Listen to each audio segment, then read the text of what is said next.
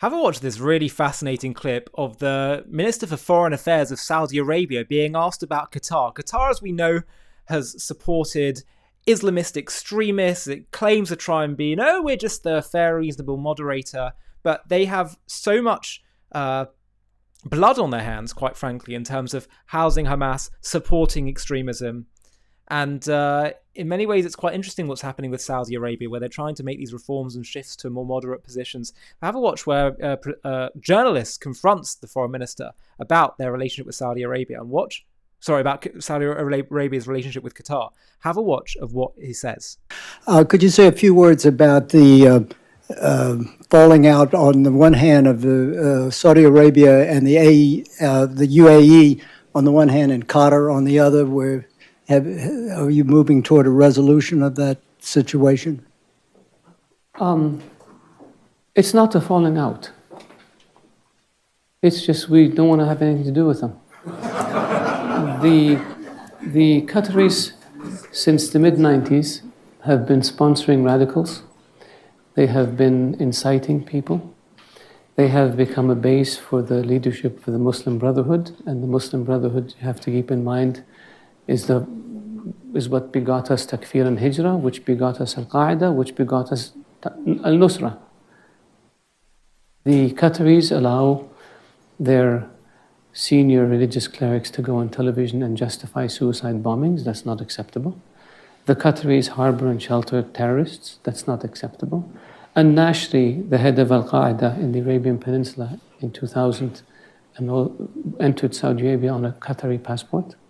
We captured Al-Qaeda types coming into Saudi Arabia with Qatari passports. The Qataris know this. The Americans know this. The world knows this. The Qataris are funding dissidents in the Emirates and Bahrain and Saudi Arabia and in Kuwait in order to cause problems for those governments and to create instability. Why would you do this? The Qataris pay ransom to terrorist groups, including $500 million to Hezbollah in Iraq, $50 million to Qasem Soleimani, according to text messages between the Qatari ambassador in Iraq and the foreign minister of Iraq, including I don't know how much to Hezbollah in Lebanon. Is that acceptable? If we gave $1 to Hezbollah in Iraq, we'd be sued in a court down the street. And so the Qataris use their media platforms to spread hate. The Qataris send weapons to Al-Qaeda affiliated militias in Libya. The Qatari Emir was conniving with Gaddafi on how to overthrow Saudi Arabia. The Qataris connected Gaddafi with a Saudi dissident in London who they fund, who connected the Libyans with a group in Mecca with the objective of assassinating the then Crown Prince, later King of Saudi Arabia. Is this acceptable?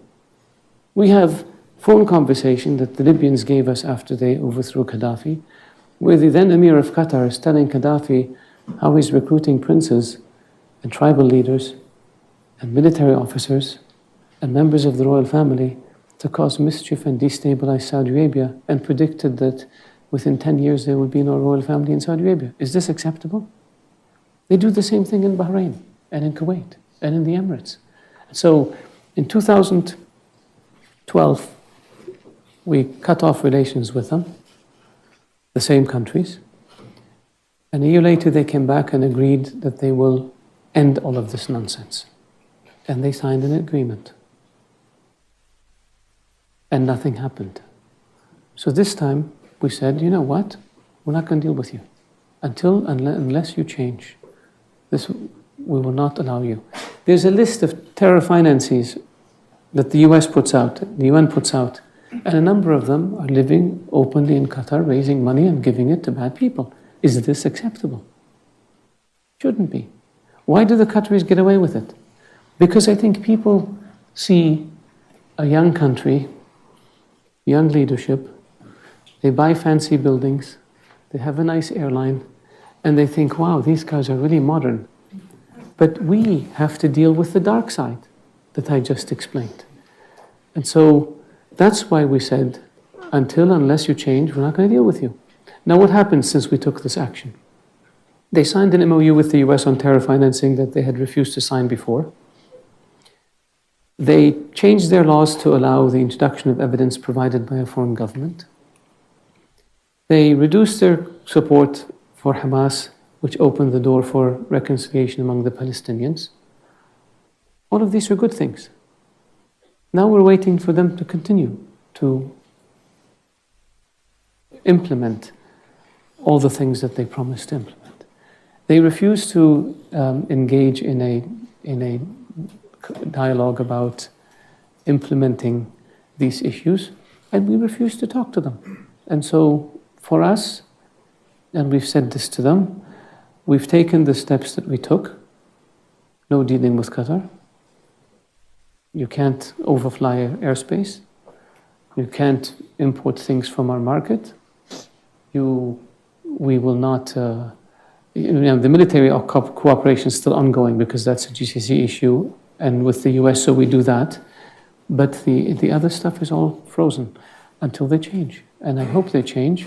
And if they don't change, we're patient people. We'll wait for 10, 15, 20 years, 50 years. How long did it take you with Castro in Cuba? We can do the same with Qatar. We'll have no issue. It would be nice of them if they acknowledge that they have a problem, and then they can fix the problem. And the problem with the Qataris is they're still in denial. And we need to move them from denial to introspection so they can fix the problem. We have no hostility towards Qatar. We just vehemently oppose their behavior, which is very dangerous to us and has endangered our citizens and has endangered our security. And that's why we took the steps we took.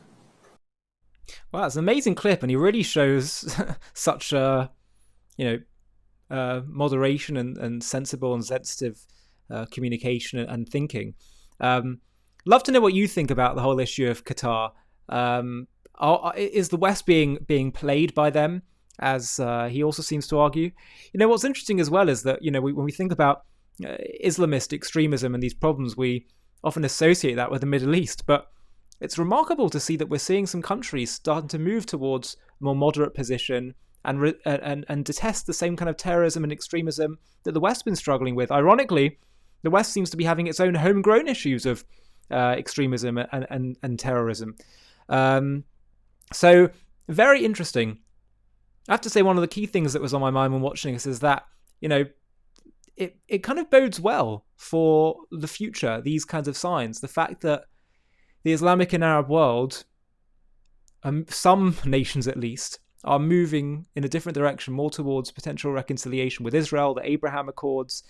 This is messianic stuff. The Lubavitcher Rebbe, the late Rebbe, who was the leader of the Chabad Jewish movement, and he was asked about the collapse of the Soviet Union. Now, when the Six-Day War happened in the 1960s, which was an incredible miracle, he described it as a miracle, where you had a vast array of Arab armies surrounding Israel, and Israel was successful in defeating them. And he called that a miracle. But then when the Soviet Union collapsed in the 90s, the Rebbe called it messianic. The question is, what's the difference? Why is one, surely the first one, where Israel destroys its enemies, is that's messianic? And maybe the collapse of the Soviet Union is lovely, but it's a miracle. Why did he describe that specifically and exclusively as messianic? And the answer is, here's where this gets to the crux of things. The answer is because with the collapse of the Soviet Union, the evil surrendered itself. Didn't have to be destroyed and wiped out in a war. Evil surrendered itself. And the messianic idea is that the whole world will come naturally, organically, through its own free will to recognize the truth, to turn from its evil ways. And I kind of think this video is, and the Abraham Accords as well, is a bit of a sign that we're starting to head in that direction.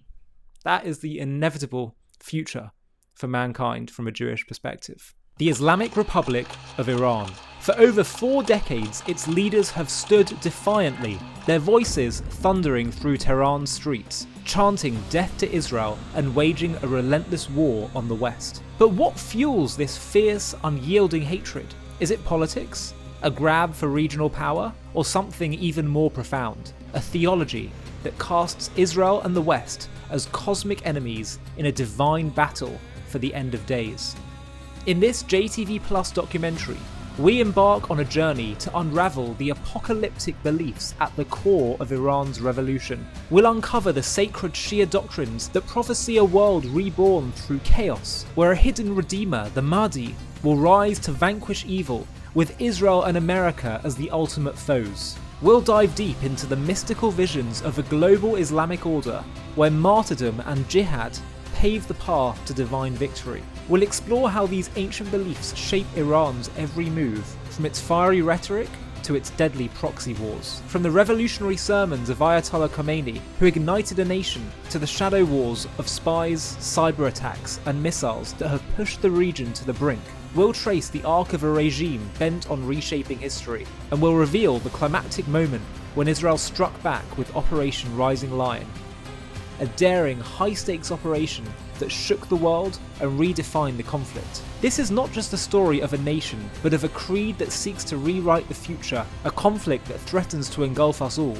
Join us as we expose the hidden truths behind what Iran sees as its sacred mission, its unrelenting rage, and the battle for our world's destiny. To watch this JTV Plus documentary and access much more premium content, click on the link in the video description.